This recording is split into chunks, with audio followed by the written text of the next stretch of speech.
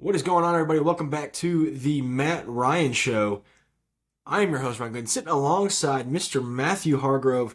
One of the greatest days of my life happened on Sunday. It's the second time that a greatest day of my life has happened. If you can't see Fly Eagles Fly, the Eagles finally got their job done after 2022, playing the Chiefs and losing in that one. They avenged themselves and got it done against the Chiefs in 2024. And boy, did they get it done. I guess it's 2025 Super Bowl, 2024 season. They destroyed them to a point to where you felt bad at the end almost. I'm sure Yeah, you didn't. I don't think anybody felt bad. I'm sure some people did. Chiefs fans probably felt bad. It really was the world against the Chiefs. I don't think I saw anybody that was, not a Chiefs or Eagles fan that were like, hey, let's just root for the Chiefs because we want to see Mahomes get that three-peat. Everybody was like, we don't want to see that. We're rooting for the Eagles. So it really was the first time where everybody was a fan of the Eagles and Eagles fans, which was kind of crazy. I've never seen something like that. Usually we get just as much flack as them simply because the fans are notoriously the worst fans in sports. But it was nice to be on the flip side of that for one time. I was shocked that I was fully expecting you to wear your Saquon Kelly Green jersey that you recently bought Well, and here's why I didn't. You talking about today or on Sunday? today. Today. I've got it. I'm looking at it right now, and I might throw it on here, man.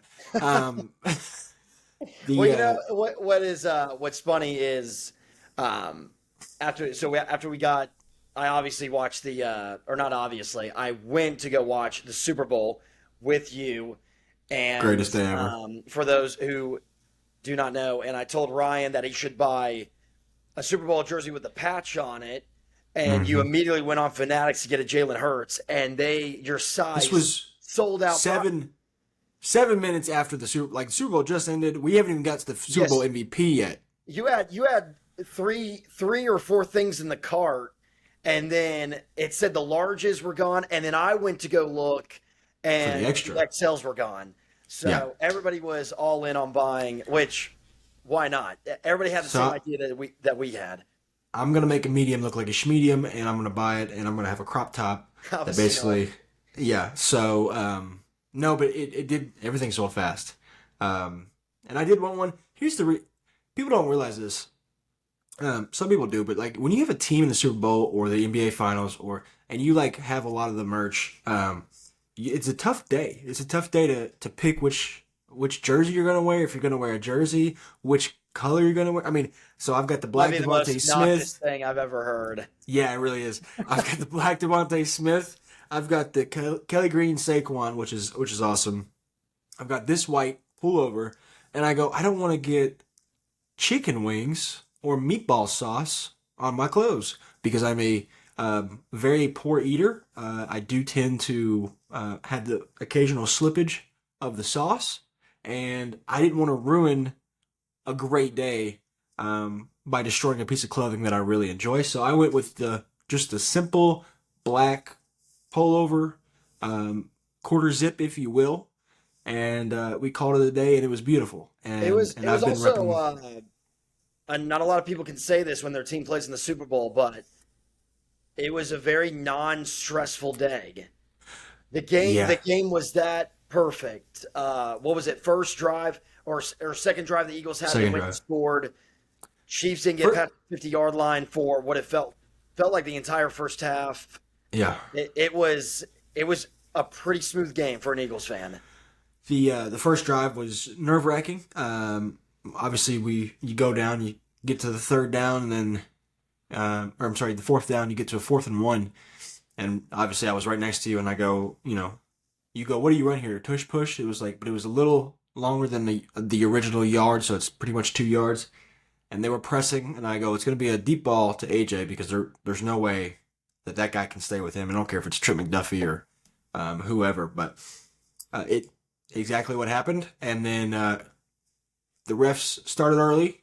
Interesting call to start off, and I go, that's when I started getting stressed. Is when I was like, if this is how it's going to be, the game, I'm going to be, out of my seat for most of it, maybe punching through the TV, which is not a good sign considering it's very, very large and it would have fell on top of me.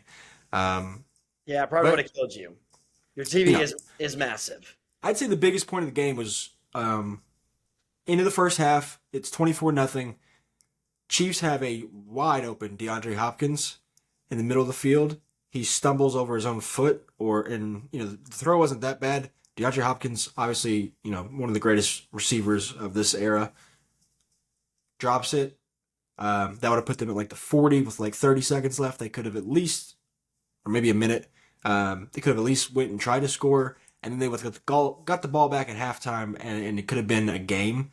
But after that, it was just too late. The whole team was down. What I thought was weird was the first drive. It was either on second or third down, but there was an easy first down throw across the middle to Kelsey, and Mahomes threw behind him. Mm-hmm. And usually, when those two connect with each other, it's automatic. So, very early in the game, but when that happened, I was thinking to myself, possibly there it could be a slow day for the Chiefs offense or just I a think slower first half. obviously this is a recipe for success no matter who you're playing. But the two games that Mahomes has deeply struggled in the playoffs has been the two Super Bowls where he just didn't have time in either one of those games. And if you can get home with a four-man rush against Patrick Mahomes, you've got a great shot of winning that game. Not that he doesn't handle pressure well, but it's 4 against 5, and you've got the back end. They're up two guys on the back end. So you're already at a disadvantage, and then you throw that on top of it where your 5 guys can't block 4. It gets ugly quick, and that's what happened on Sunday. Those Super Bowls were very similar. Yeah, Buccaneers, it wasn't like, even though the Chiefs were struggling, it's not like going into the second half, it was a close game if I remember. Buccaneers were great in the first half. yeah. And that game was awesome because, it was towards the end of Brady's career, but Gronk, who joined the Buccaneers, he was having a great Super Bowl. I want to say he had 2 touchdowns in that game. So, but those games were very similar in how the Chiefs lost. So, Yeah. very, very interesting. But what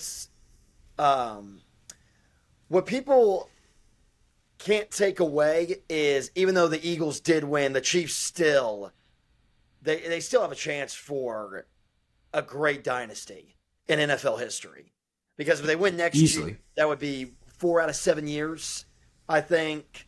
And 4 out of 7 years is unbelievable. So even though they weren't able to get the three-peat, they're going to be They still have 3 out of the 6. they're going to be Three in out the of- Super Bowl next year. Yeah, I mean, if you're going at a 50% rate to win the Super Bowl, I think every team in America would take that. So if you're going 3 for 6, no team is going to be upset with that. Obviously, you want to win every game, but that's just not how the cookie crumbles. But it was a great day. It was a great time. Leading up to that, though, the entire week was absolutely insane. Obviously, last week, going back to the NBA, we talked about the Luka trade. Obviously, the biggest trade probably of our lifetime, I would say. I mean, other than the Chris Paul trade that got vetoed, this is probably the biggest one. I would say after that it was the Fox trade, and then we got on air immediately after the Fox trade, and everything that happened after that we haven't talked about. So we're gonna backtrack a little bit. Brandon Ingram got traded.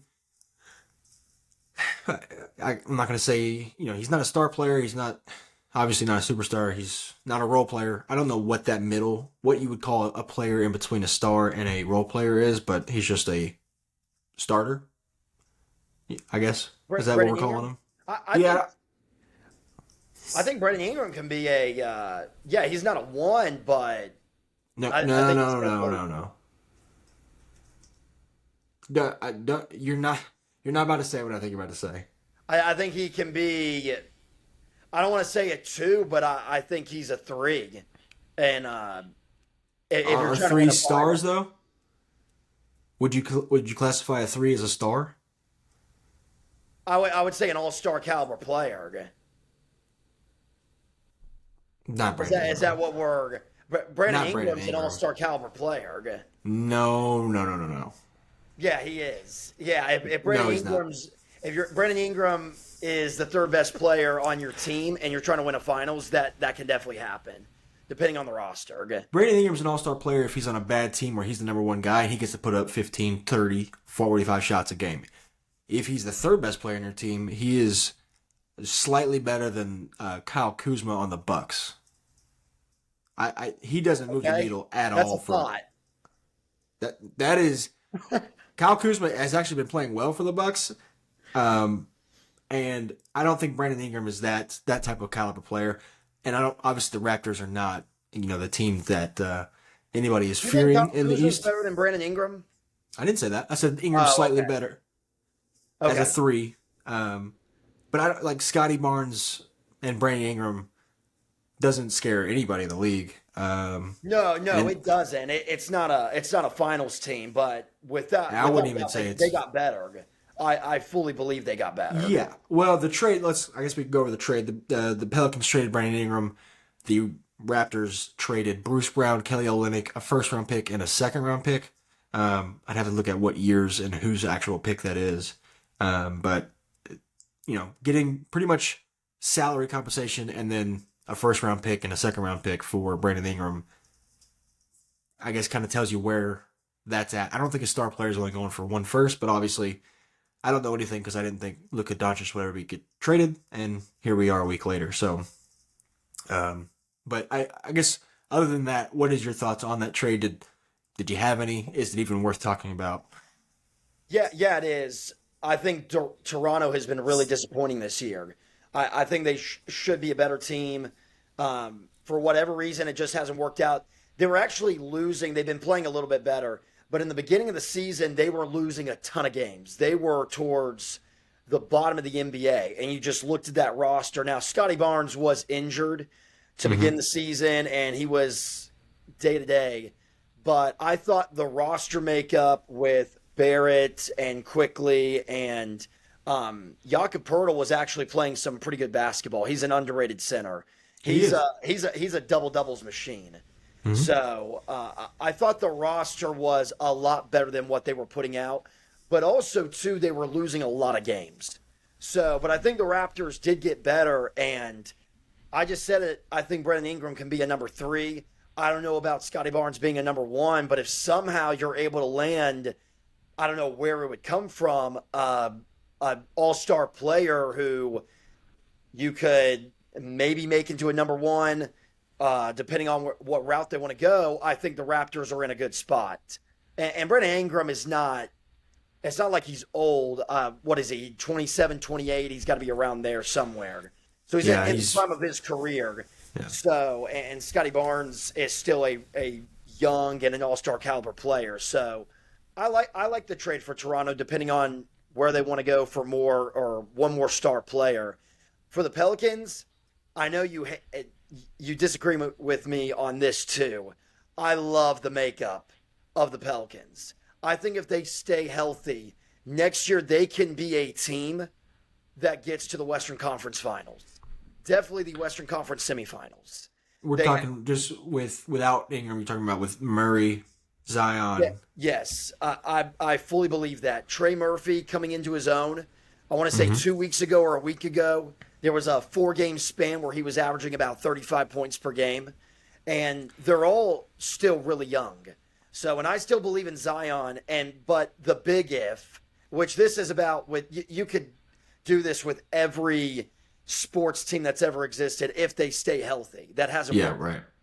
So Zion, if he stays healthy and stays on the court, Trey Murphy, C.J. McCollum, DeJounte Murray. I've always liked Murray. You don't like him.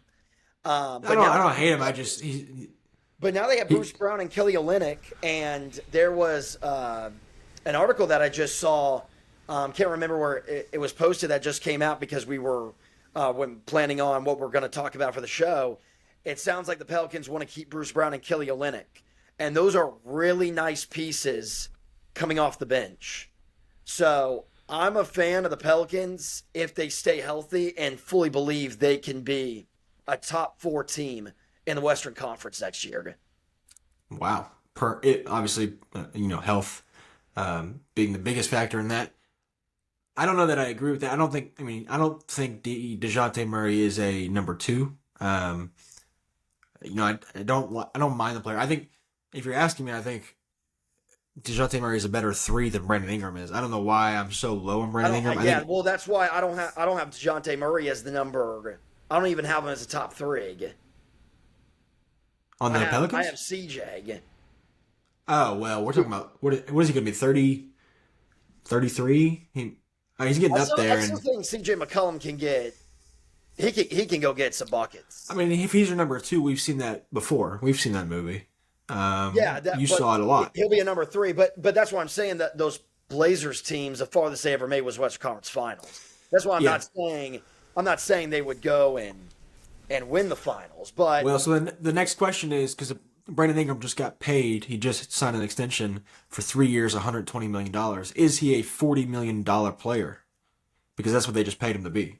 well, there's a lot of guys. Maybe not, but there's a lot of guys that are overpaid in Yeah, NBA. but That's just the way it I is. I think them paying him that means like, hey, we want you here, obviously, but also we think that you can become this type of player that deserves this kind of money, or there's no way that's what they think like he's worth right now. This is a future, like, hey, in the next you got 3 years to basically, submit yourself as the number two that we think you can be. Um, it's obviously hard to lock up anybody in Toronto. Nobody seems to want to go there, especially in free agency. So getting a trade like this, it did help them, but I don't. Obviously, it didn't move the needle anywhere for me to even solidify a playoff win. Yeah, if they bring back this roster for next year, what's their big three? It's Barrett, uh, Barrett Barnes and Ingram, and Scotty Barnes. You have Pirtle. You have Emmanuel Quickly. that's And your then starting five, but I like don't. this, honestly, I put him there with how I see the Pacers. Yeah, I think they can be a 4 or 5 team in the Eastern Conference. No, that's no a way. fair. Yeah, that's Yeah, fair. the East right now, and again the Pacers. We talked about this last week. Indiana made the Eastern Conference Finals, but they just don't. I can't see them getting over the top. Well, they don't have the firepower that these top teams do. Like if you don't have a guy like Tatum and Brown or Giannis or Jalen Brunson, like you're never going to compete with those. You got to have the best player on the court to win a playoff series, and they 9 times out of 10 won't have that. Halliburton did a hell of a job last year, but he is. I don't want to say regressed, but he has kind of come back down to earth a little bit this year. Um, so the Pacers being a threat is no longer a thing. I want to talk about a trade that happened immediately after. Obviously, we talked about it at nauseum. The Luka trade. Um, the whole deal was, they gave up AD. Obviously, they got Luka in return. It's going to be a great. You think it's going to be a great fit. Lakers have been playing amazing even before Luka came back last night. The biggest issue was they don't have a center. I told you it doesn't matter if you throw Jackson Hayes out there. Jokic will put up a 60-point triple double that we've never seen before. Well, they went out and they went and got Mark Williams. They traded Dalton Connect, Cam Reddish, a 2031 unprotected first round pick, and a 2030 pick swap just for Mark Williams. And a few days later, all of a sudden, the trade got rescinded, which you don't see very often. And Well, it's unfair. You pretty can't have a Hall of Fame caliber player for Dalton Connect. It just can't happen. right. Well, it's funny how nobody knows about Mark Williams, and then the Lakers get him. They're like, "This is the greatest center. We got to steal." Which I came on here and said when we did the podcast, like Mark Williams is probably the top of their list. Even though Rob Pelinka says that the Hornets came to him, not vice versa. It was Mark Williams. You were never going to get Walker Kessler because there's no way Utah would ever deal with you again after what Danny Ainge went through. And it was like, Clint Capella, guys like that, and Mark Williams was young and your best option, and they went and got him. The problem was he couldn't pass the physical. Injuries have plagued him his entire career since coming out of Duke only 3 or 4 years ago now, and it is caught up to him to the point where he can't pass a physical enough to where you're giving up 2 first-round picks and Dalton Connect for, because you're basically giving up part of your future just to try to win now, obviously, while also getting Luka for the future. So trade got rescinded. The Hornets are still fighting it. They are trying to get it a reason as to why they didn't pass the physical, because obviously the Lakers are the ones who work out Mark Williams. So it's still not like finalized. I know Shams tweeted like, technically the trade's rescinded. You can't go back on it, but the Hornets are trying to refute that and get it back to where the original trade was. I don't know how that's possible. I don't know how it works. We've never seen this before, so I'm not sure the legality of it. The trade deadline's passed. It's over. It looks like the Lakers have already moved on. They went out today and released Christian Wood and signed Alex Len.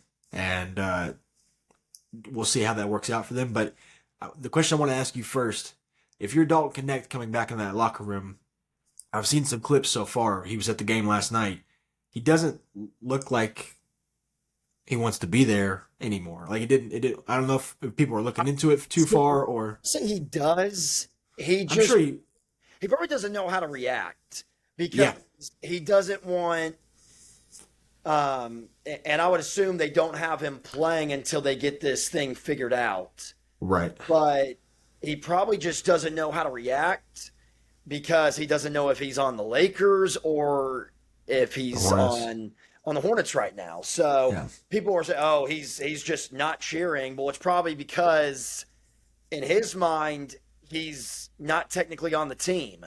So he doesn't want to, be motivating the other players and I don't even know if it's that as much as it is just like shock. Like the entire your world is you got drafted this year. That's a great milestone. You got to play with LeBron James, and you had no idea that any of this was going to happen. Nobody thought that Luka was going to come to your team, so that changes the entire team drastically. You're excited. You're probably like, I get to play with Luka, Austin Reeves, and LeBron James in my first year. This is awesome.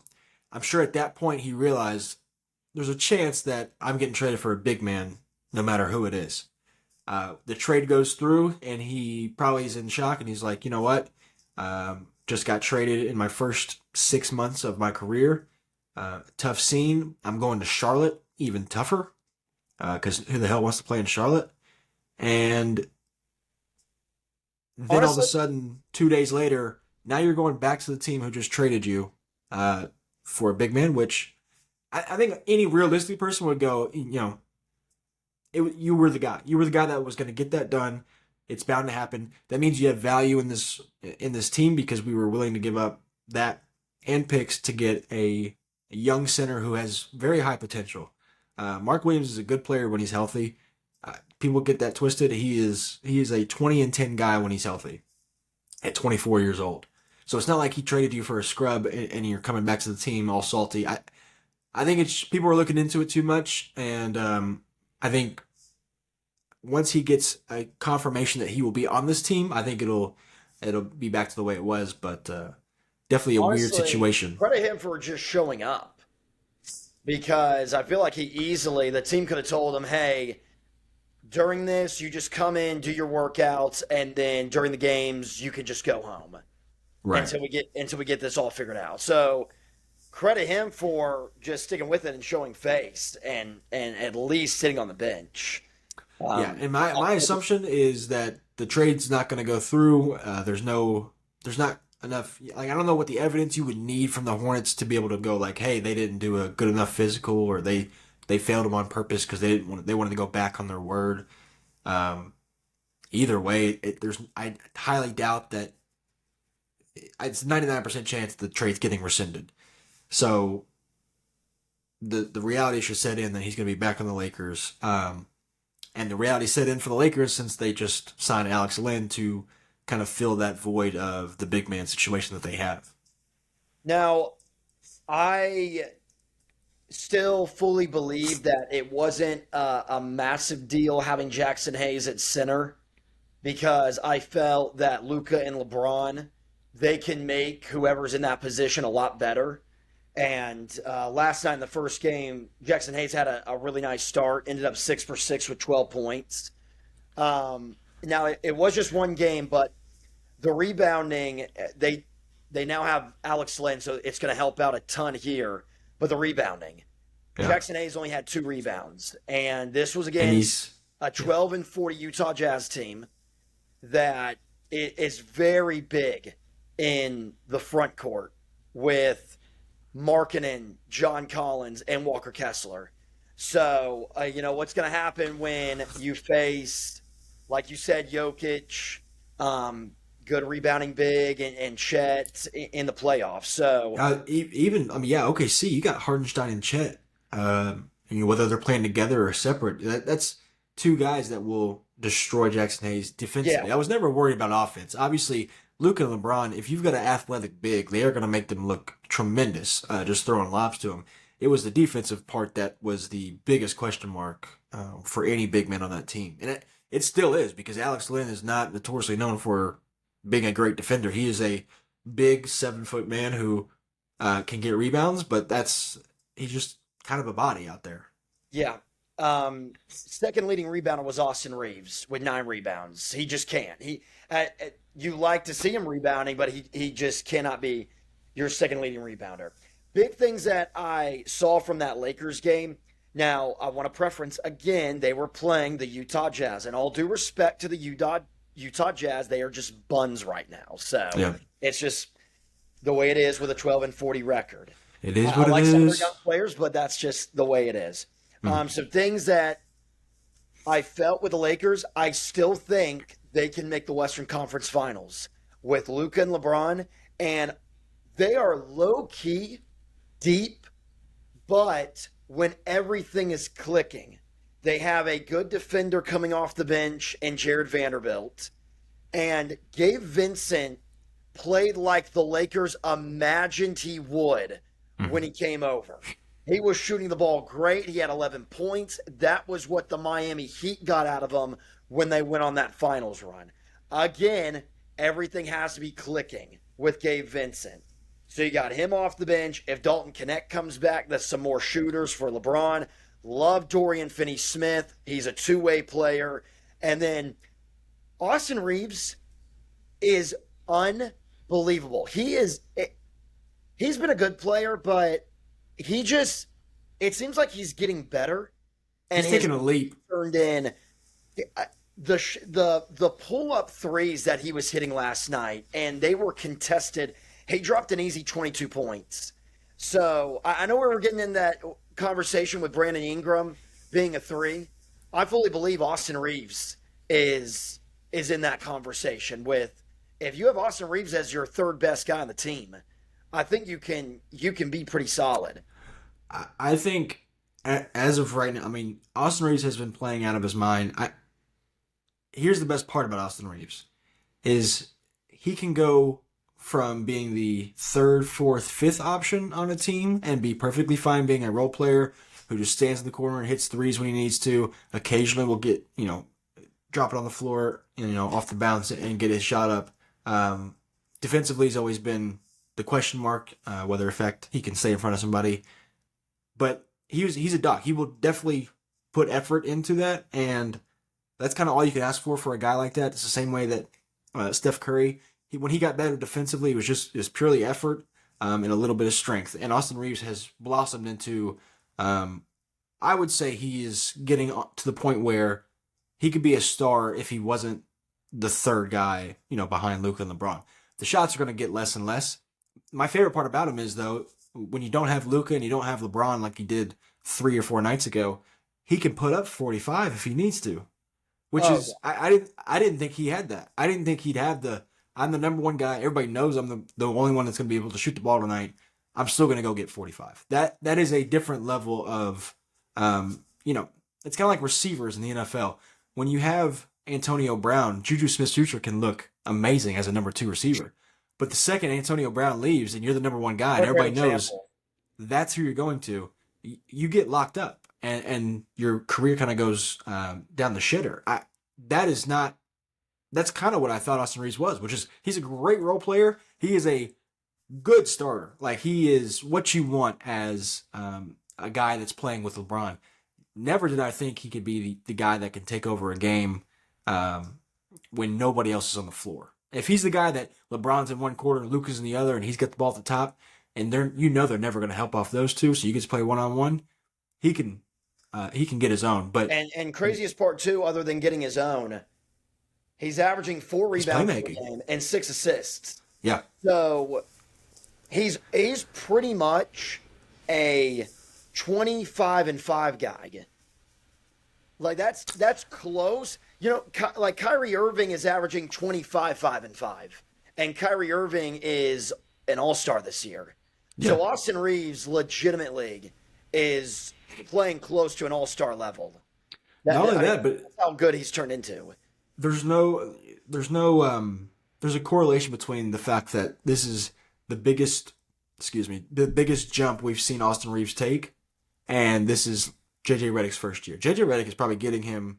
I haven't watched a lot of Lakers games this year, but I can only imagine the sets that he gets purely based off of JJ Redick's play calling. Um, he's making the game easier for him. He's getting in spots that he knows he can get to and likes. The biggest thing now is what is the lineup that you can play that you are comfortable with against some of these top teams? Is it LeBron playing the four?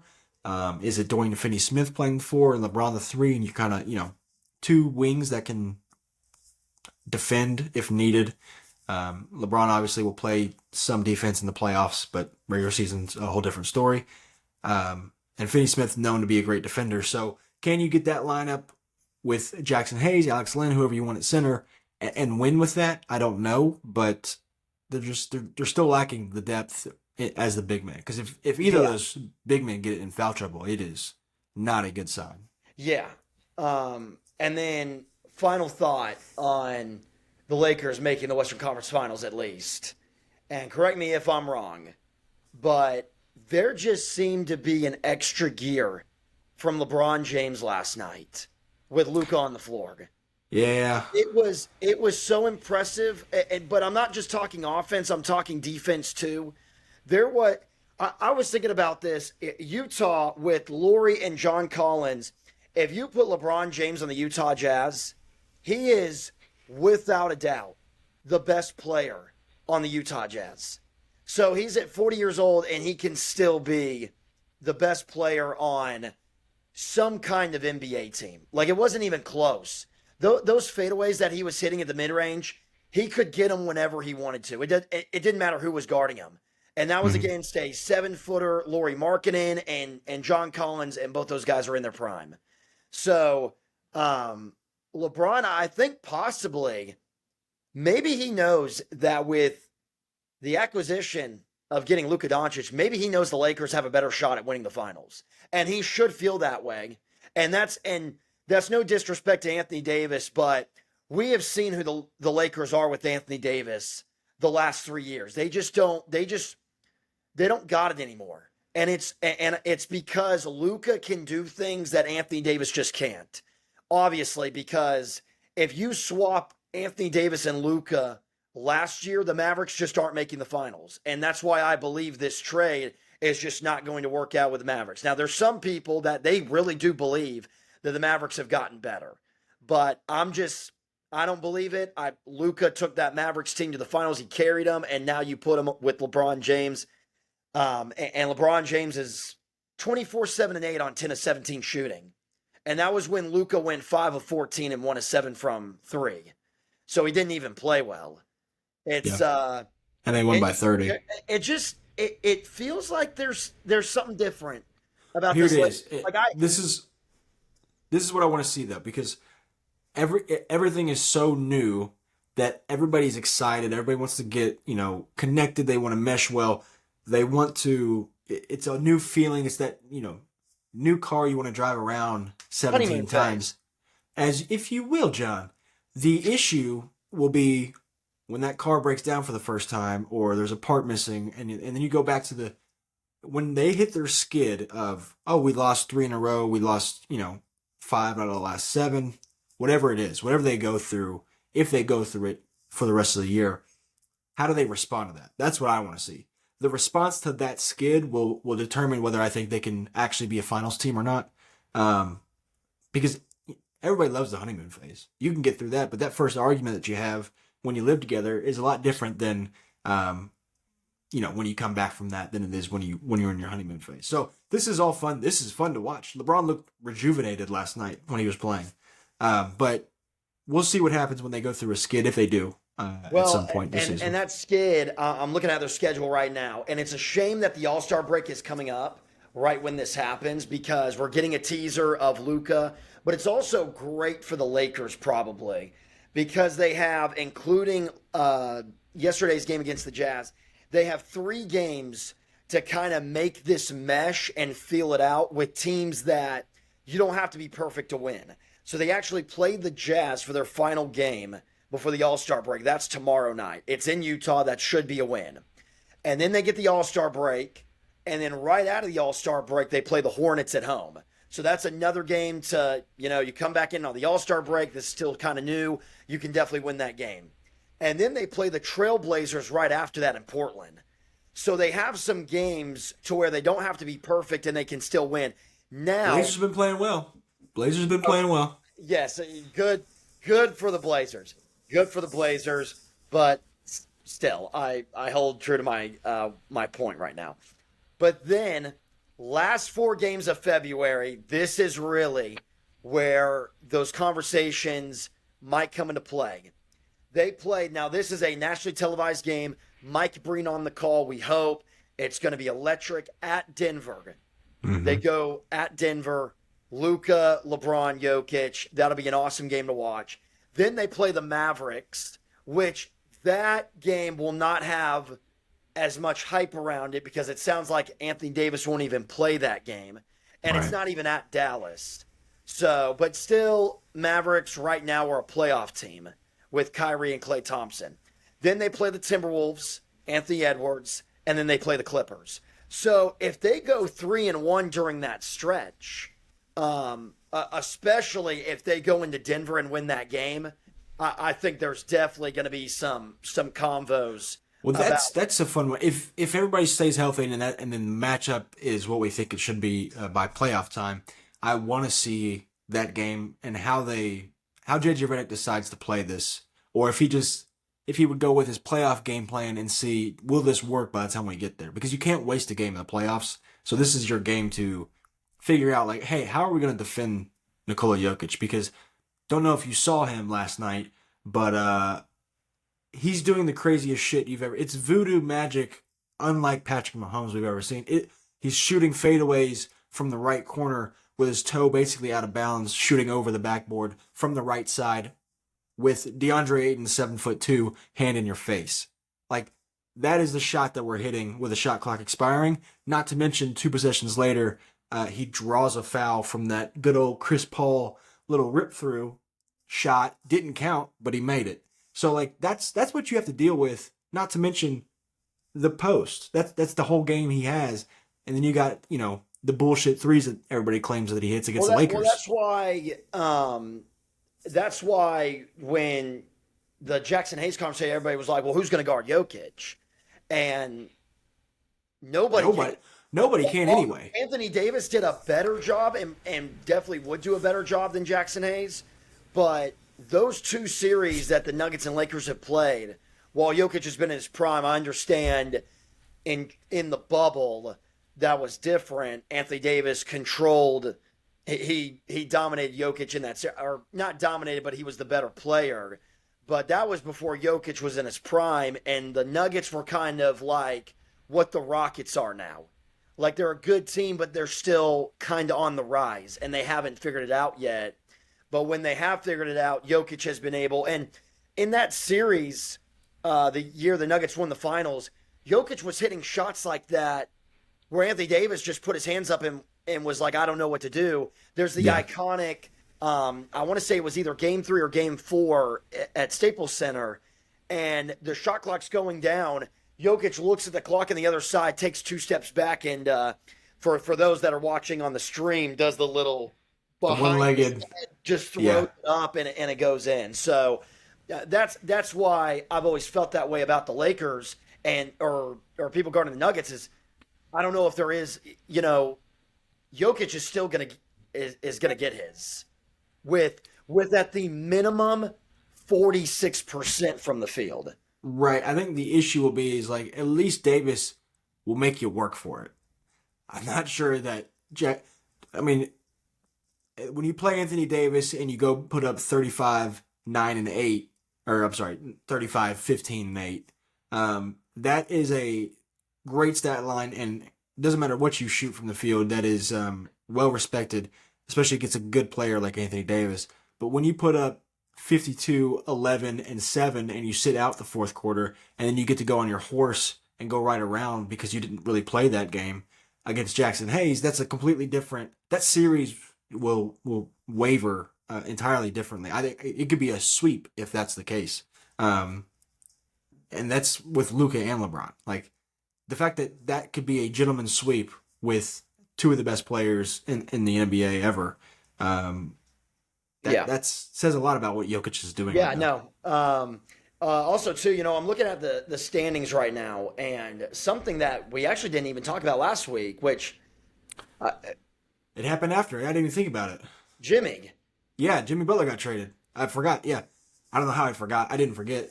I forgot we didn't talk about it because it happened after we got Well, it done was so recording. big. All those, I Yeah. feel like we would have talked about it last week, but no, that definitely happened. We didn't get to talk about that. Well, we'll talk about it real quick because it was a big trade. Obviously, Jimmy gets traded. The Heat get back Andrew Wiggins. It was a 3-team trade, so a lot of pieces got moved around. Dennis Schroeder leaves. Kyle Anderson leaves. Andrew Wiggins leaves. A first-round pick. Kuminga, Moody, they both stay, which was very interesting throughout that trade deadline. So pretty much for us, it was, I say for us, for the Golden State Warriors, it was Wiggins, Anderson, Schroeder, first-round pick. Wiggins and the first-round pick, I assume, went to Miami, and Jimmy Butler goes to the Warriors. The third team, I can't even remember who the third team was now. I think it's Utah, maybe? Did Utah get involved No, again? that was the third team in the Lakers trade, but there's Yeah, a who good was chance. the- There's a who good was the- chance they might have just been Because the Schroeder went to thought he was going to go to Miami, and then all of a sudden they were like, oh, But it's the you know third what? team. Yeah, yes, off the top of my head, I'm pretty sure he is on Utah. So Utah's they just want Yeah. to feel a part of something, I guess, and they're Yeah, can't make a trade of their own because they can't get rid of marketing. But we'll be in every third team's trade. yeah. We'll Um, that's what really should be happening is we're celebrating all these GMs. We should be celebrating Utah for what they have done to the NBA. We should automatically just put them in the playoffs. We should give them at least a play-in game. Well, we technically do with the play-in. I mean, every team gets in as long as you. Pretty much. Let's see how far Utah is back in the standings. Playing is so ridiculous. They're probably 31. I mean, no, there's no shot. They're about 8 15 games back from the games play-in. back. 15 From the games play-in, from the play-in. that's good. They deserve the The number one la- pick. The last spot in the play-in is the Golden State Warriors. Yeah. So I will say I watched the first game of Jimmy in Golden State. Wasn't able to get the second game, and wow, it was an interesting start. They were playing an awful. I shouldn't say awful. The Warriors were down by 25 or 20 something points, mid-20s, to the Chicago Bulls, Jimmy's former team. And at some point in that third quarter, Steph Curry went on a enormous run. I think he scored 24 points in the third quarter. And they went on what I think was somewhere around a 60 to 70 point to I'd say it's like mid 60s to 20 or 30 point run, and flipped the game on its head entirely. They were at one point down 25 or 26, and they were up at one point 23 or 24. I could have the numbers wrong, but that's pretty much what it was.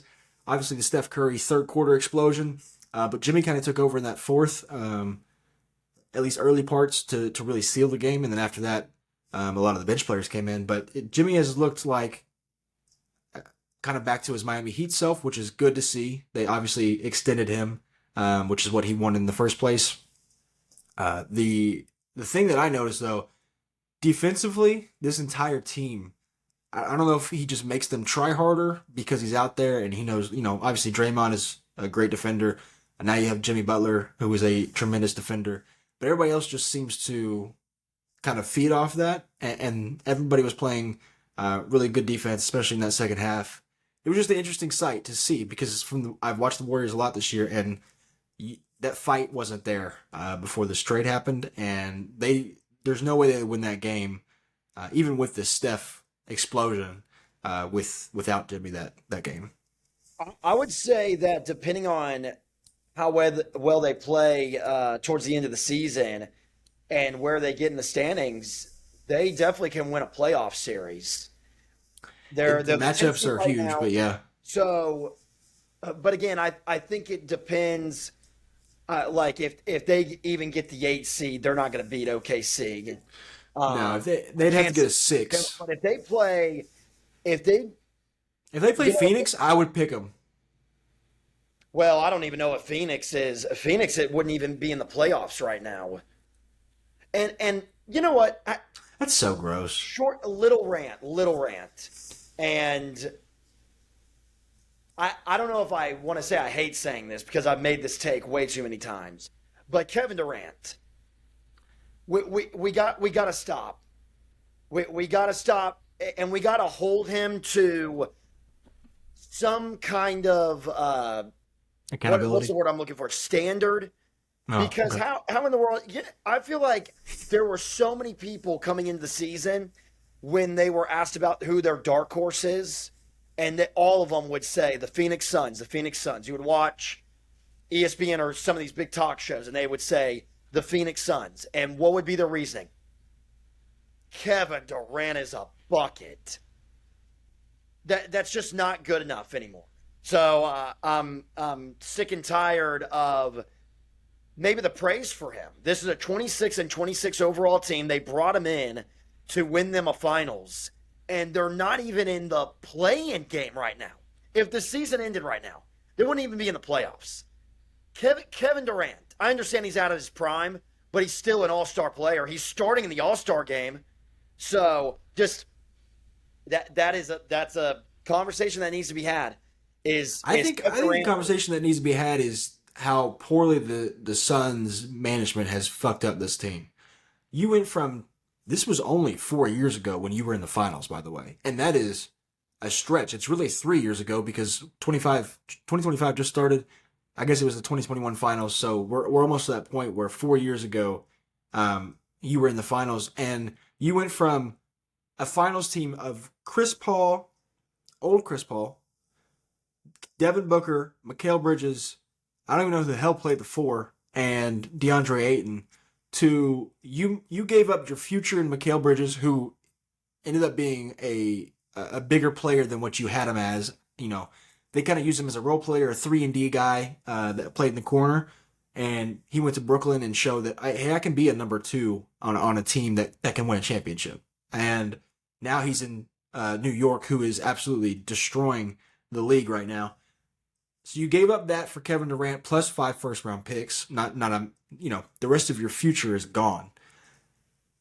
Then obviously Chris Paul leaves. Then you give up DeAndre Ayton because he didn't want to be there. So now you're stuck with Kevin Durant and Devin Booker as the duo, and you go get Bradley Beal, and Bradley Beal hasn't worked out. He was a good player on a bad team who got to put up a lot of shots, and that's kind of what Bradley Beal's career has been.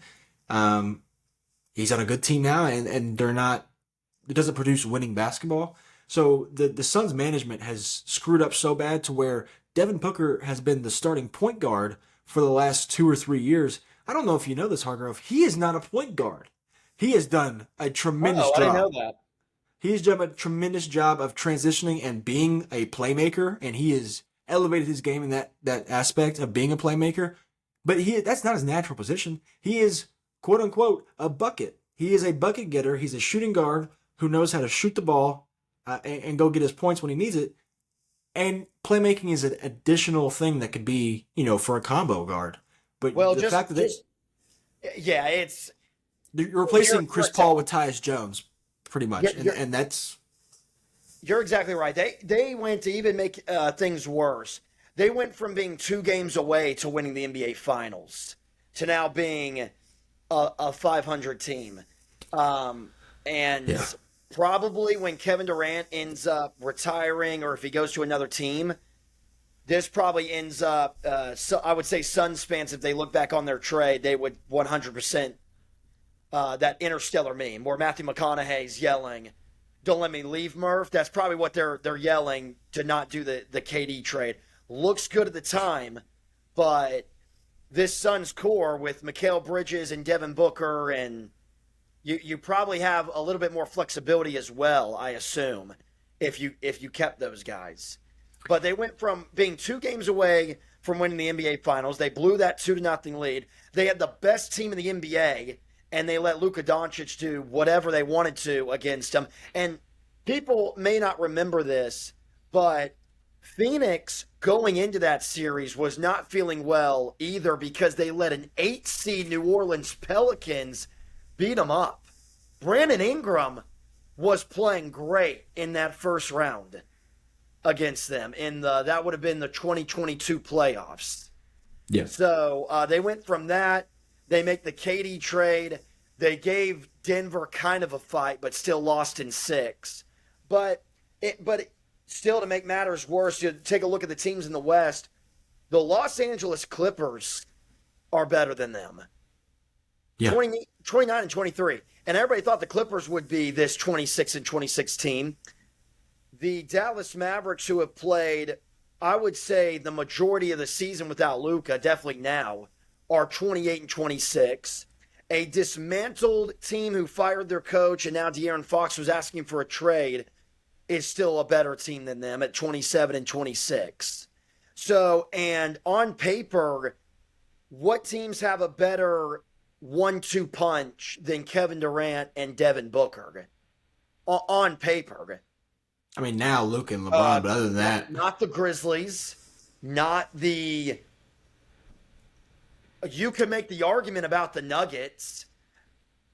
Just because Jamal Murray, I love Jamal Murray, but he's just not better than Kevin Durant or Devin Booker. yeah. He's a playoff guy. I get your point, but the thing is like that's what I hate about teams that give away their future to a win now mode, and then you subsequently blow it in that 1 year. I mean, you gave up, like I said, Mikal Bridges. I think Cam Johnson was in that deal too. Cam Johnson, yes, and he was a starting power forward for that team. So like, you give up Devin Booker was 25 or 26 at the time of the finals. Mikal Bridges is the exact same age. DeAndre Ayton is a year younger or 2. Yeah, because he was in that 17 draft. That was their core, and you gave that up. Young. And you gave that up. And instead of giving him Mikal Bridges a higher role and say, "Hey, go be the number 2 guy now," which apparently he could have done, and you had him in your team for 5+ years. That's not 5+ is crazy. I don't think he's been there that long, but still, the fact that you had him in the building and you couldn't pay him, and instead you went out and paid Kevin Durant, and you're on the wrong side of 30 with this guy and the right side of 30 of the other guy, and the fact that Mikal Bridges, I would say, has been slightly below what Kevin Durant has produced, if not better. I mean, defensively, he is one of the best defenders in the league, and he has proven that he can be a 20, 25-point scorer a game a night. You don't get that in the league very often, and you gave him up, and along with the rest of your future. Well, it shows a lot that the 2010s was defined by the big 3 having some kind of superstar big 3, where in the league it felt like you either had a big 3 or you were just a god-awful team. There was no in-between. That's why this decade of basketball, we still haven't seen back-to-back winners. It's probably the most even it's been. Yeah. Probably in the 21st century right now. Probably ever. Probably ever, because even there's always been a dynasty There, Yeah, you go from the Lakers, the Celtics in the '60s and '70s, the Lakers in the '80s and '90s. Celtics were obviously there. Obviously the Bulls. I mean, you could throw through a few sneakers in there, like Houston won two in a row, Pistons won in the '90s twice, and then in 2004. But like the Lakers again in the 2000s, and then you got the Spurs dynasty, and then you've got the Heat and the Warriors, and then you got the Cavs who were competing there, and it's like this is the first time ever where you go from Raptors to Lakers to Bucks to 2022 the Nuggets or the Warriors. Then you go the Nuggets, and then you go. and it's not teams getting to finals in back-to-back years. No, Either. like it's Like just we have this is the parity that everybody was preaching for when the Warriors were on their run. Oh, we want parity in the league. We hate seeing this stuff. Well, you got your parity now, and if you don't like it now, then because I see a bunch of people going online and going like, "Man, those Warriors days, those Cleveland Warriors matchups were awesome. I wish we had those back." You all hated that at the well, time. people just want something new. People get just tired quickly of something. They want something new, and then when they get the new thing, they look back and they go, "Man, I missed what I had back then," which was really cool because you don't appreciate what was there at the time. So, I don't know what the hell that rant was for, but I just the way that we are now is what everybody wanted. It's no, what we've got. it was the big three. It was the big three conversation. Yeah, so like but- we've got but- the parity now because now it's two. Now it's the big two. Yeah, but I feel like the more recent big threes that organizations have tried to pull off, they're missing the point about those big threes that happened in the 2010s. A big three was LeBron, D Wade, and Chris Bosh. LeBron, Kyrie, and Kevin Love. The factor in that was LeBron James. You had arguably, he's Yeah. not in my mind, but in some people's eyes, the greatest basketball player of all time. He was the big three. He was the dynasty. The Warriors, they had a big four, but they also had a core that it was made up yeah. of. And they didn't, it's not like they traded Klay Thompson to get a big three. Like they had a big three and then they added on. So they still had their core. And that's it. It would be like the Suns having Bridges, Cam Johnson, and Devin Booker, and then trading for Kevin Durant. That team would have been that's what we're talking about. Right. And you think about the more recent big threes, they involve Kevin Durant, the Brooklyn Nets. Now, Yeah, Kyrie. Brooklyn, they were still pretty close to getting to a finals. If Kevin Durant didn't have his toe on the line, then Not they that would have close. beat the Milwaukee Bucks. But shoulda, coulda, woulda, they still couldn't do it. But what was the thing about that Brooklyn Nets team? Kyrie, James Harden, and Kevin Durant are going to have to score so much because they do not have depth. Joe Harris was their shooting guard. He wasn't able to do anything. I'm even forgetting who else was on that team. Nick Claxton, but he was very, very young. But also, you're talking about Oh, yeah, Nick a Claxton. team that was never healthy. Everybody, oh, well, they never really played together, so it Yeah. doesn't really count. So there's always that excuse. And then you move on to a different team and you destroy that team. So you left Brooklyn Nets in shambles, and now you're going to leave Phoenix in shambles. And he's kind of just destroyed, besides the Warriors, everywhere he's went. And he didn't destroy the Warriors because they didn't trade for him. Yeah. So they didn't give up their future for him. He just signed to a team that already won 73 games with the core that they had. Yes. So But that's the same- difference. Yes, but that's the same thing that probably the Suns were thinking. Well, if we have a big three of Devin Booker, KD, and Bradley Beal, there's no stopping us. But that's then you don't have a core. So that's Yeah. what I feel like organizations that have tried to do it are missing out on. Is Well, now we're in the duo era. what's that? We're in the duo era now. Like, if you don't have a duo, Yes. then you're missing out. Like, if everybody, Kyrie and AD want to play together. You know, you got And that's LeBron the and best Luka. way it should be. Yeah, Even the Bulls. Dennis Rodman was great, but he was more of like your Draymond Green. Like I wouldn't say it was a big three, but it wasn't like it was having Katie, James Harden, and Kyrie Irving, where Right. Dennis Rodman was those three guys, Kyrie Irving, probably one of the years during his prime was probably a guy who you could look at and be like, he could win MVP if he goes off. Like Dennis Rodman was never that player. So the Right. Bulls had that core, and then they had pieces around him.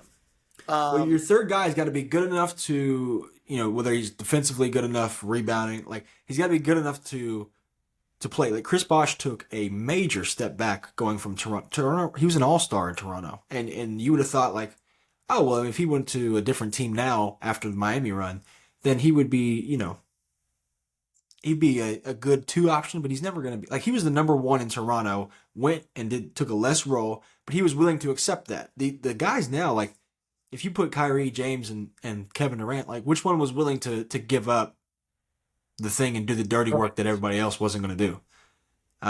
It's Correct. just Yeah, you can look at every single team that's won the finals and look at their number three and probably be like, if they were on a bad team in the NBA or a mediocre team, they probably would be an all-star. I don't know if y'all remember Kevin Love in Minnesota, but he was one of the he took a greatest major- scorers.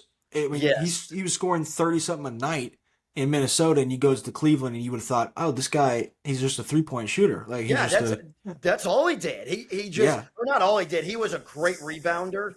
and a great passer. But he turned into just a spot up shooter role player. Yeah. But he was good at it. But that means Draymond has been that too. He's been a defensive guy who gets dirty, who will, get the rebounds. He doesn't care about scoring. He'll get his assists. He'll play make.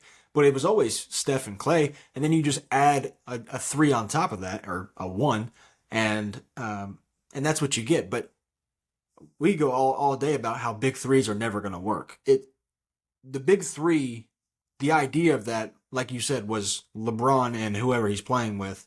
That's why it worked. The big three in Golden State worked because they meshed together. They had the big three, and then was able to. Yeah. I mean, Harrison Barnes was even on that first team that won the finals. Yeah, and Was even I could hit my fucking player. computer. And the thing is that the big three was there before and it was there after, and they won championships together before and after Kevin Durant left. So the big three was always the core was still there. Like But Kevin that Durant is was just an what- additional piece. But that is what's so fun about, like you said, why people don't like this version of the NBA. This version of the NBA is awesome because look at the teams that have won the finals in this decade. Lakers, that's the Lakers. They got LeBron and traded. They bought that championship, which that happens. Milwaukee, they drafted Giannis. Yeah. Now, Chris Middleton, Drew Holiday. I guess that one's a little different because Drew Holiday they went and got Chris Middleton. Yeah, but that was never viewed as a big three. That was their three best players. Absolutely. That was a number one guy with two great supporting two great role players. Absolutely. Or a second option, third option, whatever. Yes. That same thing with Warriors. I mean, at Warriors that time, won it the again. Warriors, it was Steph who was just on a tear, and then you had guys who Andrew Wiggins played an All-Star season and had a great year, but he was the number two. Draymond Green was still the number three, but they were never viewed as, oh, look at that big three over there. But you still had your core that you drafted, even though you had Right. pieces. It takes you have to have a combination. You have to have the pieces. You can't just buy it. You have to have guys you drafted, but it's very rare that you just have all the guys that you draft, and that's the team that you win. It's same for how Denver won theirs. The thing that took them over the top was when they traded for Aaron Gordon, Yeah. because just having And Bruce Brown. and getting Bruce Brown and KCP, but they Like those also had pieces- MPJ, Jamal Murray, and Jokic. Yeah, So- which they drafted all those. So like Yeah. that's the thing is you draft your stars and then you go get role players. That's how championships are built, and you get the role players are the most important part, I would say. Obviously, outside of the superstar, like you've got to have the guy, you've got to have the Anthony Edwards. The problem is Anthony Edwards doesn't have a number two, and he's got good role players if the number two was there, but he doesn't. You can't have one or the other. You got to have both. So if his number two was anybody but Julius Randle, they'd be good right now. But it's not. So that's kind of where we're at in the NBA. Of you got to have at least one superstar so good like Giannis and Steph and LeBron that can just carry you along with two role players that are really good, or you've got to have a duo that can, even Jokic was the one guy who, Jamal Murray was great in the playoffs, but I wouldn't consider them, I guess, a duo like I would KD and Devin Booker or Yeah. some of these guys that come together. Gotta give some love also in this conversation to Jokic, but just to do it, he's never played with an all-star before. Just to show you how It's good. nice that Murray shows up to be an all-star in the playoffs, though. That guy, he No, loves in the playoffs, he loves but big moments. I've just kind of accepted, like, during the regular season, he's kind of always had slow starts to the regular season, so that hurts his all-star momentum of people voting for him. But when March comes along and then that first series, that's when it happens. I did think legitimately last year, because he was playing outstanding, I really did think Aaron Gordon was going to be an all-star. Because the Nuggets were the number one seed in the West, I thought that there was a chance he was going to be, but has never played with an all-star. Well, speaking of all-stars, it's quite the transition we've got. The All-Star Weekend is obviously this weekend.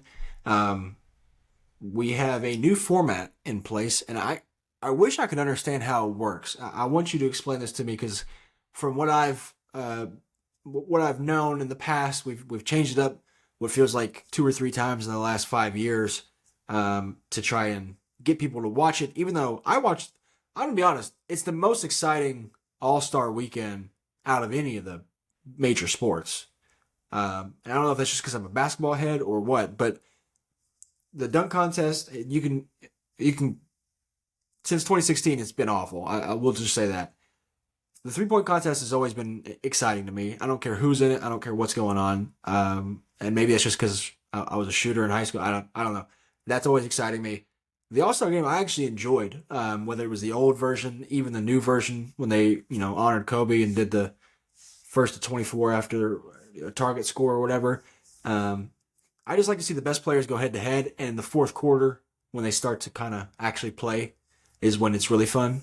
Yeah, the best All-Star game is one always comes into my head was when we were living together. It was when we were in college. I want to say it was the All-Star game right before COVID, and it was I also want to say it was the first year where they made that the rules were it stops the score, it goes to a time, and then it's the first one to a certain number.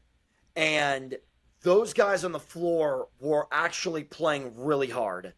I think Anthony Davis ended it by he got to the free throw line and shot free throws to win it. But I want to say it was the 2019-2020 season. It was I don't know, though, because they didn't start doing the target score till Kobe passed, and he didn't pass till 2020. Well, then it might have been that. Might have been 2020. Might have been 2020. Maybe in the makeup of the COVID year because it was so somewhere off. around there is when, the last 5 minutes of it was. Yeah, those are fun. Because the problem with the target score is that it got to a point where some team was up 20 and the other team had to make up 40 points in the fourth quarter, which you would have to do that anyway to get back in the game, but you have a target score instead of time. And also the issue with the target score was once you get down to that final shot, the game gets ugly quick. Like, it almost takes longer sometimes to get done with the game than if you just had the 12 minutes on the clock. Because some of those last shots, you're just chucking up, or teams are getting fouled, or whatever. But hot take, real quick. I would be okay if the NBA adopted that for their target score. Target score. It would take away. Insane. It would take away. I guess I thought it would take away all of those timeouts towards the end, which the common fan hates it. The final 2 minutes of an NBA game is it takes 40 minutes to get over with. That's correct. And it would force it would take all the free throw shooting away at the end of the game. If a team was down by like 8 and they're just fouling and they're banking on professional basketball players to miss free throws, it would force the team that is up to not just dribble out the clock. They would have to go get a bucket.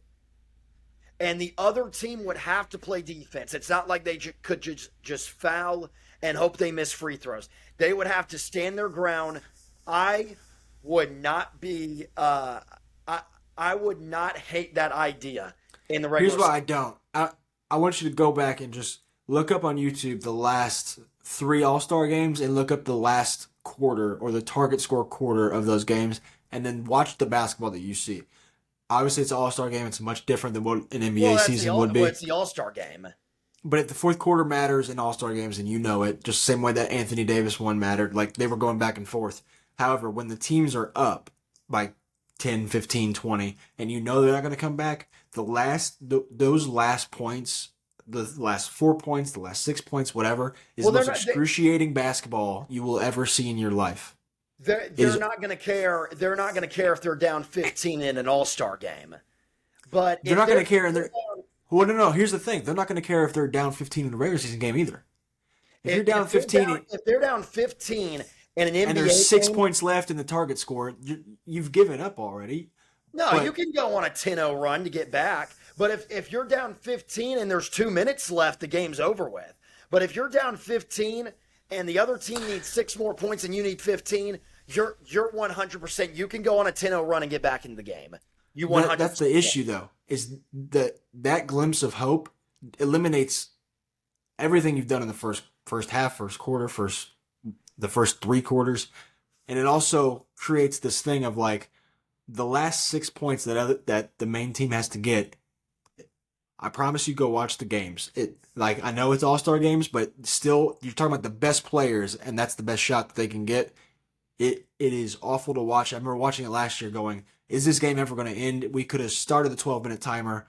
You could have done a running clock and been over 15 minutes ago, and you could probably be done by now if we would have just had the regular time back in the game. I don't think that's the problem. I think fans would be okay with it as long as we're getting basketball, because I promise you, go watch it. Them missing shots. I think people will be like, it kind of entertained by that, because it's like now a storyline. Why can they not just hit a shot and then the team starts to come back and you're like, oh, maybe they do have a chance. I think it's an interesting concept. It brings a level of backyard basketball to it, because when you play backyard basketball, it's the first one to 24. And even if you start getting into the fouls, like backyard basketball, once you get to 21 or 22, then everybody just starts fouling the shit out of you for no reason. But that's different. This will have free throws. This will have free throws. In backyard basketball, yeah, you can foul them. You just check it up top. But and then you're gonna have games that end in free throws. Imagine having a game winner end in free throws. That's the worst possible scenario you could have. Yeah, but no more buzzer beaters. You're right. No more late game moments. No more. You're exactly right, but we still get that with the time. It can be a tie game. Someone takes it to the cup, and he gets fouled with 0.5 seconds left. That can still happen with time. Definitely can. But the odds of the free throw game winners going up is. Do you remember the ending of the Anthony Davis game? Like that whole quarter was awesome. It's still but the free throw was like, oh, he's got 2 shots to make 1 free throw, and you know he's going to make one. It's not fun, but it happens every day in the NBA when a team's up by 5 and you're like, or a team is up by 3, and here's my thing. All he's got to do is hit this free throw. You've got 3.5 quarters to go figure that shit out beforehand. So that at that point, you've lost the game in the first 3 quarters. That's on you. I shouldn't give you a chance to go make it up because the team can't get to 24 quicker. First of all, I say this: it'll never happen. It'll never happen. But I think, and for good reason. But I think basketball fans hate hearing this. Like when I heard that baseball needed a clock, because basketball has always had a time, and this is a different, interesting concept. And I've always watched baseball. And when people were like, this needs a clock, I'm like, well, that's not baseball. But now I kind of don't mind the clock. Like, Because you don't have to wait 4 hours for a game. I mean, baseball numbers are actually going up, and the game is over with in 2.5 hours, and that matters for the casual fan. And it has a little bit greater pace to the game. It doesn't affect me. I would watch the game if it's 4 hours, but it gets more people liking baseball, so I'm for it. So in NBA, clearly, the thing I is, don't know though, the numbers, but people know that there's viewership that's going down.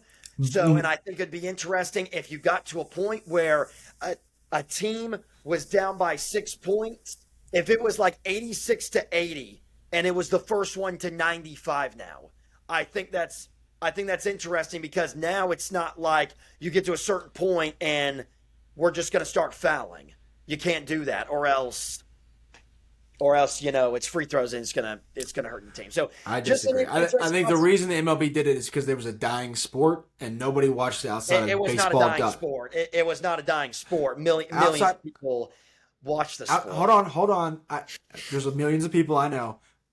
It was a dying sport to the average fan. To baseball diehards, they're always going to watch it. It never mattered. To basketball fans, they're always going to watch it. It never matters. But to the average fan, they will tune into a basketball game or a football game before they'll ever tune into a baseball game. It's just the way it was. I don't think that the NBA is going to get to an issue big enough of viewership to where they're going to be like, well, let's make such a drastic change to the game. Like, no. That doesn't get people. The time is not what they're worried about in a basketball game. It's the fact that the games don't matter. It's the fact that we've got 82 games. To that level. Yeah, we've got 82 games, and none of it matters except for the statistics. The only reason they'll never change any of this stuff is because you got to keep the records the same, or else none of it will be able to be, compared. And that's the biggest thing of the NBA. You don't hear baseball arguments about Babe Ruth versus Shohei Ohtani. It's obviously because baseball fans somehow seem to be smarter than the average basketball fan, which is Shohei could do 15 times what Babe Ruth could do because Babe Ruth was playing guys in the 30s where the ball was going 67 miles an hour and he had a cigarette hanging out of his mouth. Shohei Ohtani has got, whatever. That is not the driving point of the NBA has always been since LeBron got in the league, LeBron and Jordan. And since then they have ran with that. The issue will be when LeBron leaves and it becomes whoever else's league, somebody's going to have to take the reign of whatever LeBron's been doing for the last 25 years by the time he retires. And that's when they're going to have to find out what changes are going to be needed to be made to keep the fans coming in. Because I don't think there's a young fan issue of people not watching the NBA. Well, I think, and I know we've gone with this conversation a long time. I know we were supposed to be talking about the All-Star game, so I apologize. But with that conversation, I think the NBA, maybe, I don't know if this is for sure, but I think they do have guys who are potentially the next LeBron in the league right now. You have, but are they marketable? Tatum. They can have you could be the next LeBron basketball wise, but if you're not this marketable person, which I can't stand, but to the average fan, that's what they care about. If you can't carry a debate of, well, if it's not LeBron versus Jordan versus the next guy, whoever that is, then, or if it's not selling jerseys, or if it's not, like, no offense to Jokic, but he wants nothing to do with the NBA, and I don't blame him. Go live your life, because he is the only guy who can, he's the best player in the league and has been for the last 5 years, and probably will be for the next 3 or 4 at minimum. But he's not going to be the face of the NBA, and he doesn't want to be, and I don't blame him. He wants to go live his life in Serbia in the summers. Because if Jokic, I don't know about the chances this year. My gut feeling is Shea's going to get it, and my gut feeling why is because of Jokic fatigue. But there is a legitimate shot that Jokic is going to average a triple-double while averaging 30 points per game. He's shooting 46% from three as a center. Shooting 4 or 5 tips a game. Yes. That has never been... It's unheard of we're getting so used to the shit that he's doing It's insane. It doesn't get talked about enough. There has never been a too much Jokic talk. It's Yes. because it always goes back to LeBron. And you know what I compare this MVP to? Is the NFL MVP this year.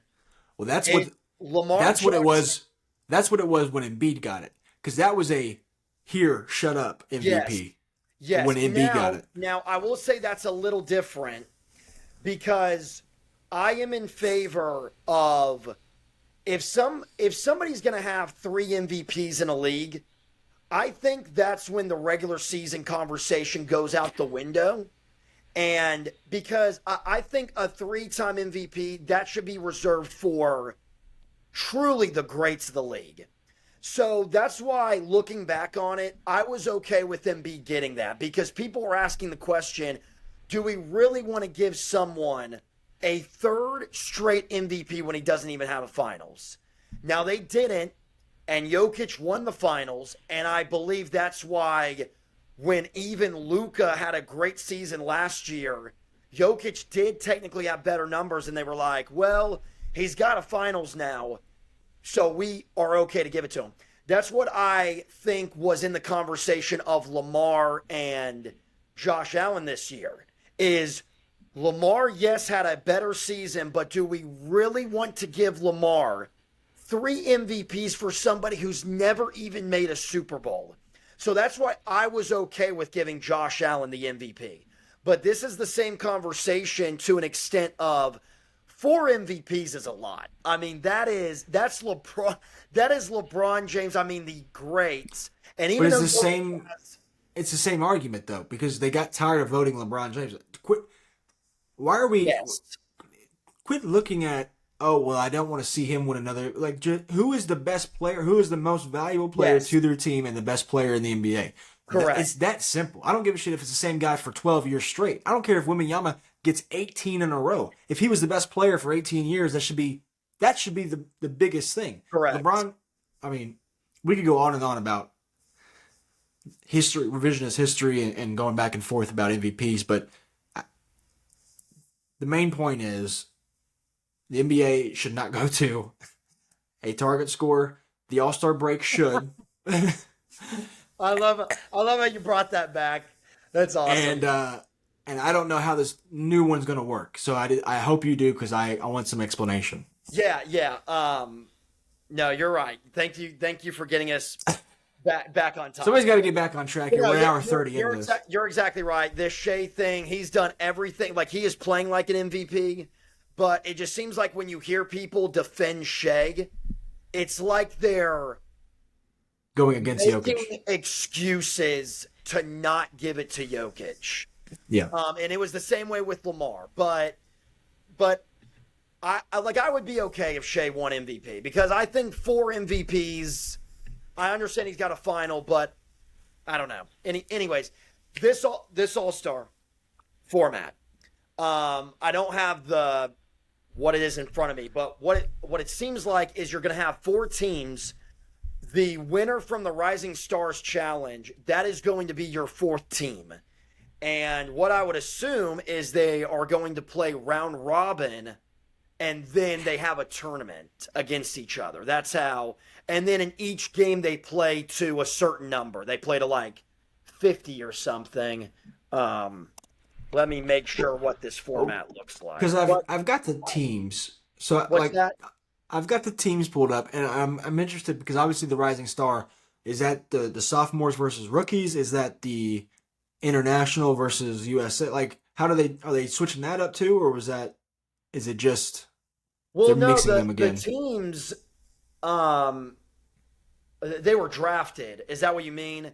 They were. I'm talking about just the Rising Stars game. Like, how are those teams compelled? Like, because it used to be. Let me see real quick. I want to say it used to be rookies versus sophomores. Yeah, it used to be rookies versus sophomores, and they changed it to pretty much USA versus foreigners. Yeah. And then they mixed them up between the two. Because it doesn't have those teams pulled up. So I'm assuming, obviously, whoever wins that will play one of these teams.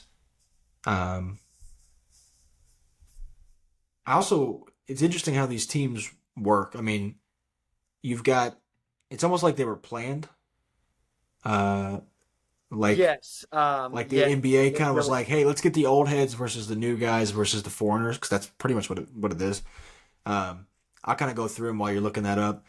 Team Shaq's Well, got so LeBron. this is. It says it's going to be rookies versus sophomores. Okay, so Um. I Yes. mean, last class was 1,000 times better than this one, so there's zero way that the rookies win that game. So you can already chalk in the sophomores going to play one of these two teams, one of these three teams. Because that sophomore list, give me that sophomore list if you've got it. I'm looking for it right now. Let's see Because what we're we got. talking 2023 NBA draft. You're looking at no, we're looking at 2020. Yeah, 2023 NBA draft.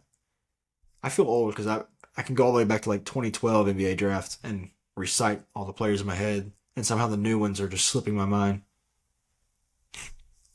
Okay, Um, so actually, I'm sorry. So you have rookies, sophomores, and then G League. So it sounds like it sounds like um and I know you're shaking your head, but the reason they're doing this is to give opportunities to G League guys. Uh, Good. The G League isn't enough. this would be the equivalent of MLB putting together like your AAA All Star team and putting up against like the best rookies and 2 year players. Except it's not, because a guy like Paul Skeens in the NBA would never have been in the G League. That's the thing, and MLB they do it differently. They have the futures game, Yeah, which which is is awesome. the best prospects in baseball. Yeah, Um, and I the watch that G every year. League they are not prospects. 30-year-old men who didn't make it and they're still They trying to they get in there, are or yeah, young players. I yes will say they Denver has a G leaguer who is very, very good. A big man. I wish I remembered his name. He played. Not even going to get into it. It's too much. Oh, talk to me about the game. so they have split it up like they're doing the All Star game. They have split it up into 4 teams. So you have Team Chris, which is coached by Chris Mullen, They and split the Rising Stars up that way. well, they have the rookies and the sophomores. Yeah, rookies and sophomores are split between each other. What I assume is there was a draft. Okay. I hate I don't know more about this. I don't want to know. I want to know less about this Okay, actually. so you have Chris Mullen, and all these coaches are All Star games in Golden State, so they're all going to have Warriors connections. Sick. Um, Mitch Mitch Richmond is the coach Mhm. of the second team. You have Team Mitch. You have Team Tim, which is coached by Tim Tim Hardaway. Hardaway. The Sick. G League team is coached by Jeremy Lin. Warriors legend. So not sure what the decision Uh, was on Jeremy Lin, but yeah, I don't know. I don't know. Maybe he's from there. Maybe he's from the area. Could be It's Harvard in alum. Harvard, so that's 3,000 miles away. Yeah, I Anyway, yeah. so on Team Chris, you have Stephon Castle, Ryan Dunn, Zach Eady, Keontae George, Trace Jackson Davis, Dalton Connect, and Jalen Wells. So we've got a mix there. That's the mix You of have a mix. You sophomores have and two okay, sophomores, the rest are rookies. So okay. I would say their two best players are Doesn't Stephon matter. Castle and Zach Eady. Give me Team Mitch. Team Mitch, you have Tumani Kamara, Yeah, Bub Portland Carrington, legend. Okay, Bilal Koulibaly, Koulibaly, very good. What goes Scoot, Zards? Okay, Scoot Henderson. So you have the two Wizards players with each other, so that's fun. Uh, Yves Misi, okay. and then you have the Thompson brothers, which is fun. So they have, the two Wizards players and the two brothers. So I would say the two best players, honestly, the two best players on that team might be the Thompson brothers. Okay, and then the Hardaway team. Team Hardaway is Anthony Black, Okay. Tristan Da Silva, Yeah. Grady Dick, Black Jaime Dick. Jaquez Jr., Uh-huh. uh, Rissa Sheg Okay. from the Hawks. Did Sorry. I pronounce that right? Yeah, it was very good actually. I swear. I swear. Alex Sarr, Mm-hmm. and then your boy, Brandon, and I can't pronounce his last name either.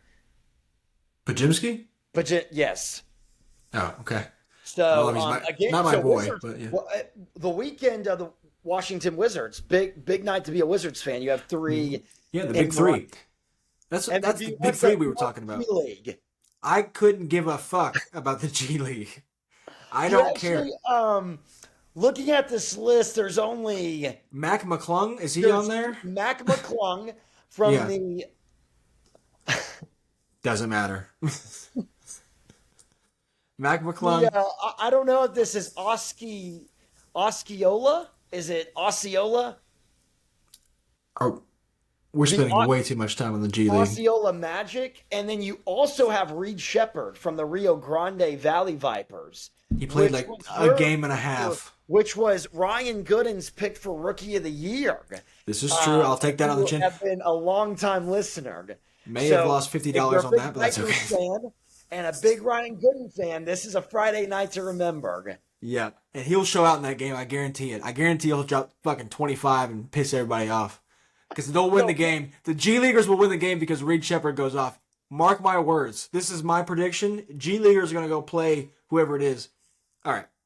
And also, the last thing I'll say, big weekend possibly to be a Georgetown, Texas Tech / Mac McClung fan, because you could see Mac McClung every single night during All-Star Weekend, because you'll see him for the Rising Stars tournament. If the G League team somehow wins that tournament, they will play during the All-Star tournament on Sunday. But Mac McClung is also in the dunk contest. So, It's a yes. 3-day weekend. 3-day Yeah. weekend for a guy who can't get a roster spot. Anyway, the rest of the team. Here's the thing: the rest of the team. It got Reed Shepard, Bryce McCown's from the Blazers, who actually isn't terrible. J.D. Davidson for the Celtics, who was very good in college. Leonard Miller in Minnesota, and Pat Spencer for the Warriors, who's a famous lacrosse player, and Dink Pate, who actually I've never heard of. That's the one guy on this list I've not heard of before. The G League will actually destroy the rest of the group. Here's why I'm mad. They should have just taken the best G League players, i.e. McClung, Reed Shepard, maybe those two, the Thompson twins, maybe Sarr and Risha Shea, maybe somebody from the first team who I already forgot. And that should be your team to go play. You're playing NBA talent, and you're about to let 6 or 7, 8 G Leaguers go play against them. They're going to get the floor swept. Like, it's not going to be entertaining at all. Obviously, the games everybody wants to see. So, Team Shaq, you got LeBron, Steph, KD, AD, who got replaced by Kyrie. A little bit of rhyme scheme there. Tatum, Lillard, Harden, and Jaylen Brown. The old heads, pretty much Shaq's quote-unquote guys who can get it done in the playoffs, as he would probably say, even though he doesn't watch the games. Then, Team Kenny.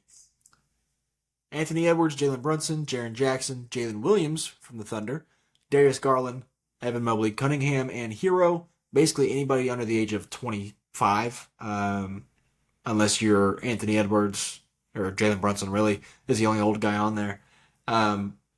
So you got the young bucks, if you will. And then Chuck just went with an all-foreign team. He went Jokic, Giannis, Shea, which that three right there would have been fun. Wembanyama, Siakam, Sengun, Karl Anthony Towns, and Donovan Mitchell. Not enough foreign all-stars, I guess, to get in. But unfortunately, Giannis Antetokounmpo is not playing. He's getting replaced by Trae Young. So that team will be a little bit, have a little bit left to be desired by the end of it. But though that's a fun format, I think. Here's what I would like, though, is I don't want everybody to have the same game score. Like, I don't want if the two best teams are coming out of that, I want those two teams to play a bigger game than the other ones. Like, I don't. If we go to 30 or 25 or 50, however long these games last, I don't want that to be the final game and be the determining factor. I'd like it to be a little bit more of a full game, especially if it's that foreign team versus the old heads. That'd be a fun one. If you got Jokic and no longer Giannis, but Jokic and Shea and Wemby and Trae Young and Siakam going against LeBron, Steph, KD, Anthony Davis, who's replaced by Kyrie. But that would be a fun matchup for a big game. I just don't want all these games to be 30 minutes long, and then at the end of it, we're like, oh well, I wish I got to see more of the last game. That was actually the most important one. Yeah, they with I like I said, I like the format. I just hate looking at these teams and being like, oh, they're gonna win, because you just Yeah. never know how these guys are going to play if they're going to take it serious. Like Jokic, if you have watched him during an All-Star game, he does not care at all. So Yeah. you think, oh man, watching Jokic and Wemby Yeah. on the same floor, but it's like You're going to see you half don't court know if shots. yeah, you don't know what you're going to get out of Jokic, and Jokic usually just looks to pass the entire night. Um, Get some cardio in. Just a what's cardio that? workout. It's just a cardio workout for him. He's just trying to get It some. really is. And the All-Star game it's more fun for guys that are explosive, and because you're going to get a lot of dunks, and guys that are athletic and can pull up for three on a dime, and that's just not Jokic. So the No, All-Star but Steph and Dame are still in there, so that'll be fun. Wimby will be fun because he'll probably pull a logo three. now Obviously Wemby, Trey Wemby Young. might take Wemby might take the game pretty seriously, Yeah, I was wondering that. I was wondering if he would. just because he's playing all the guys that most of these guys are American. He's trying to show that he's here for real. He's a younger guy. First All Star game. Like I wouldn't be surprised if Wemby has a really nice Not performance. to mention, I mean, the top five guys I named off of Shaq's team was, Steph, LeBron, KD, Anthony Davis. Those are the guys that he played in Paris. And if all those guys are on the same team again, kind of gives some deja vu, some flashbacks, if you will, Yeah, and from that game. maybe that was the mindset to try to get these teams to play harder, because each of them Yeah. maybe have a motive. Team Chuck, most of them are Europeans, so they kind of want to show out. Uh, I would love for this, USA, for them to Team be take it serious. oh 100 yeah 100%. Like, Go ahead, go sorry, ahead. go ahead. I keep cutting you off. Team Kenny. No, I was just saying Team Kenny, the young guys trying to show that they're They next belong. up, and Yeah. then Team Shaq, all the older guys are still trying to show that they still got it. I So wouldn't mind if somebody were to start off getting a little chippy in an All Star game. I'd love to get a nice shove I would love to to start see us off. LeBron James punch someone. Well, just not. I'm not. not yeah, I don't know about punching someone, What's wrong? but I just meant like if Wimby comes out and nobody's trying and he specifically Dunks on someone. targets somebody and dunks on him and then starts talking shit, and then it gets the juices flowing a little bit to where like, oh, we're gonna go back and forth, and even if we get a one-on-one matchup between LeBron and Wembanyama, it would be fun to watch them go back and I forth like think the Tim All-Star Hardaway game. Jr. and Dion Waiters back in the day, if you I, will, John. yes, that was memorable. I think the All Star game will be saved if the only way it'll be saved is if we have a Malice at the Palace moment for the All Yeah, Star game. yeah, I think if, like I said, let's say LeBron and Wemby get into it, fan throws a cup, yeah. Damian Lillard goes into the stands. Obviously, The next year's All Star game would be the most watched All Star game of all time. yeah. I If don't know the that. NBA is serious about what their fans want, they will pay Damian Lillard to clock Anthony Edwards. Do you think? Do you think that LeBron could even reach Wemby? Like, do you think No, so we're gonna have to need somebody tall to get him. Yeah, AD's Maybe out, so you're gonna have to get. Anthony Davis. Oh He's no not no no. playing. Sorry. Okay, yeah, you might have to have a shorter guy. Let's see. I mean, James Harden is a husky fellow, so you Yeah, I might wonder if have you to, could put Steph on like LeBron's shoulders, and then we're just yeah, make playing. a mega person, Yeah, if you will. and then you could have well anybody on. I don't know if Wemby could carry him though. Wemby still has to get us some muscle. We got to get out of here. This You could is have this Jokic. is You could have Jokic carry Wemby. yeah. Um, we're not gonna do No, predictions on All-Star on game. 3-point shot or dunk contest because I don't expect to be I would any love to see good. Mac McClung win it again. It'd be cool. Yeah, well, I Um, think that would be 3 years in a row, right? I don't know. I've watched Um, them all, but at some point they just start to mesh together. I would like to see him win it again because he takes it seriously, and I think you should be rewarded for taking it seriously. So I agree. I think with the All Star game, something that they have to, it'll never happen as well, but it could if they made the incentive for what you win higher money Yeah. wise. And I don't know why they can't because they literally give money away for winning that ridiculous play-in or We don't ridiculous NBA Cup. in tournament. They Yeah. give money away for if you win that. Woohoo! It's the same thing as the dunk contest, but they got to get superstars in it. That's the way people would watch it. And I'm so sick and tired of hearing the argument, "Oh, well, injury." Who has gotten injured doing the dunk contest? Who? No, nobody. No, I think it's just You know what? they don't have they there's a specific style of dunking that you have to do to be a good in-game dunker versus a dunk contest dunk. These And superstars can do it. Anthony Edwards can go out there and dunk. And I'm telling you right now, it doesn't even have to be the best dunk as long as the superstars are in it and doing something. They 100% because here's the thing, we've seen everything.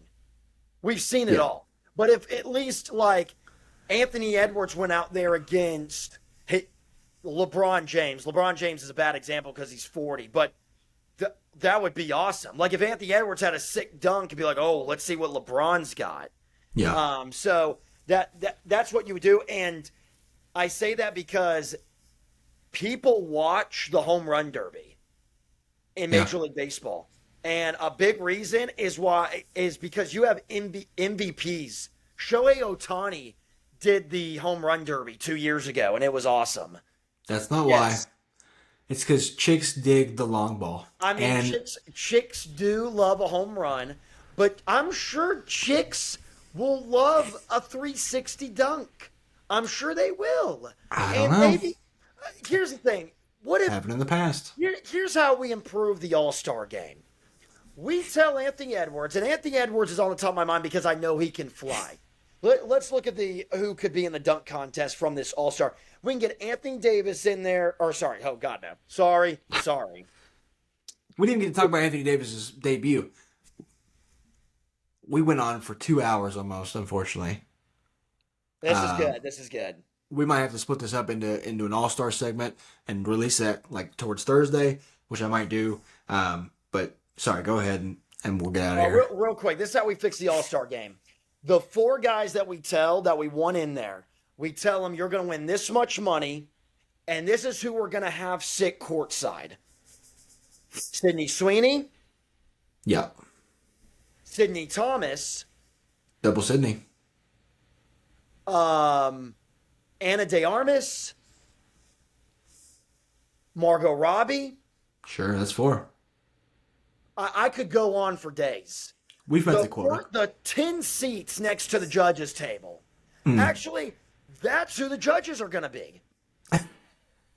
No, Well- no more of the 60-year-old Hall of Famer going out there shaking his number 10 sign.